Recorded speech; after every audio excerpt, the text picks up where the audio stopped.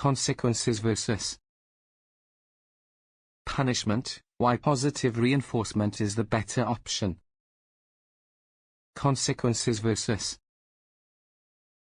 punishment. Why positive reinforcement is the better option. Disciplining children can be a difficult task for any parent or caregiver. Many individuals grew up with the idea that punishment, such as spanking or timeouts, is the most effective way to teach children right from wrong. Punishment, defined as the act of inflicting a penalty for an offense, is often carried out as a response to a child's misbehavior or disobedience.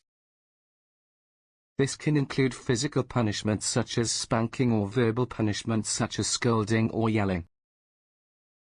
While punishment may result in immediate compliance, it is often accompanied by negative emotions such as fear, shame, and resentment. In contrast, positive reinforcement is the act of rewarding desired behavior in order to encourage the behavior to continue. This can include verbal encouragement such as praise, or tangible rewards such as a treat or extra playtime. So, what are the long-term effects of using punishment versus positive reinforcement? Studies have shown that punishment can actually increase the likelihood of problematic behavior in children. This is because punishment focuses solely on the negative behavior and does not provide an opportunity for the child to learn from their mistakes and make positive changes. Punishment can also lead to feelings of resentment or rebellion in children, which can cause a breakdown in the parent-child relationship. On the other hand, positive reinforcement has been shown to be much more effective in shaping children's behavior in the long run. This is because it focuses on the positive behavior and encourages children to continue with the behavior in order to receive positive feedback. Positive reinforcement also serves as a form of modeling for the child, showing them what behavior is desirable and appropriate. It is also more likely to strengthen the parent-child relationship because it is accompanied by positive emotions such as love and appreciation. One of the reasons why punishment may seem like the easier option is because it provides immediate results. However, positive reinforcement may take more time and effort in the short term but can lead to significantly better outcomes in the long term.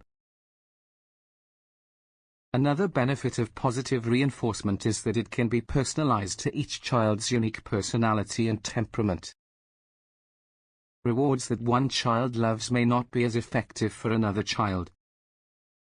For example, a child who loves books may be motivated by a new book or extra reading time, while a child who loves spending time with friends may be motivated by a playdate or extra screen time. Personalizing rewards to each child's preferences can increase the effectiveness of positive reinforcement and make it an enjoyable experience for both the child and caregiver. Positive reinforcement can also be used to teach important life skills such as responsibility, problem-solving, and decision-making. For example, a child who consistently completes their chores on time may be rewarded with an allowance or extra playtime. This teaches the child about the importance of responsibility and hard work. Similarly, a child who makes good decisions regarding their screen time or food choices may be rewarded with a treat or extra activity of their choice. This teaches the child about the importance of making good decisions and taking care of their overall health. Of course, positive reinforcement is not without its challenges. It requires caregivers to be consistent with their rewards and to avoid inadvertently reinforcing negative behavior.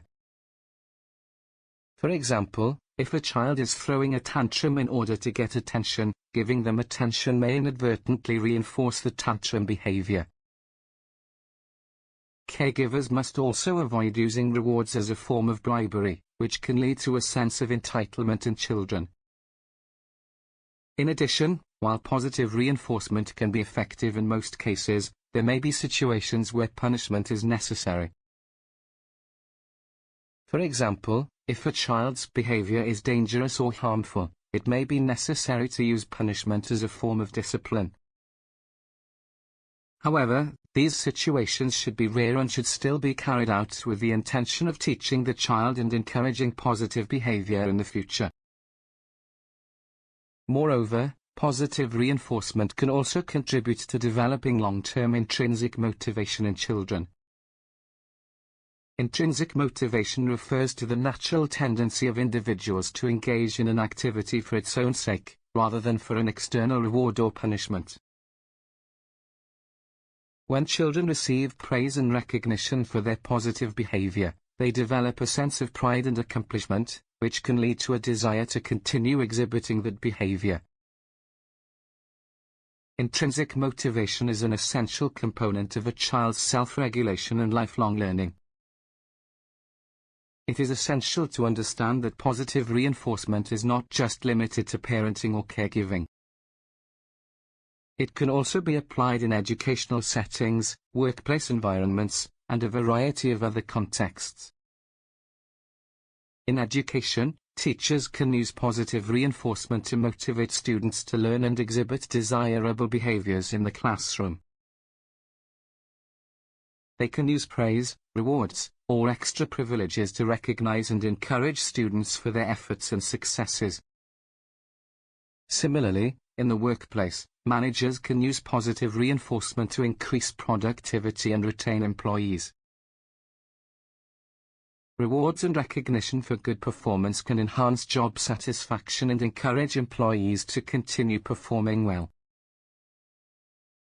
Positive reinforcement requires a shift in mindset from punishment to promoting positive behavior, and for some individuals, this can be challenging. It can be difficult to break the cycle of using punishment as a discipline method, particularly if it is a cultural or generational norm. In addition to promoting positive behavior in children, positive reinforcement can also have positive effects on mental health. This study highlights the importance of positive reinforcement not just for shaping behavior but also for promoting healthy emotional development. Furthermore, positive reinforcement can be particularly effective for children with special needs or disabilities. Traditional forms of punishment may not be effective or appropriate for these children, and positive reinforcement can provide a more effective and compassionate approach. It's important to note that positive reinforcement doesn't mean ignoring negative behavior or allowing children to get away with bad behavior.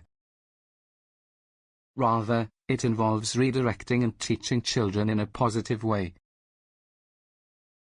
For example, if a child hits their sibling, a caregiver can redirect the child's behavior by providing alternatives such as a hugging or gentle touch activity.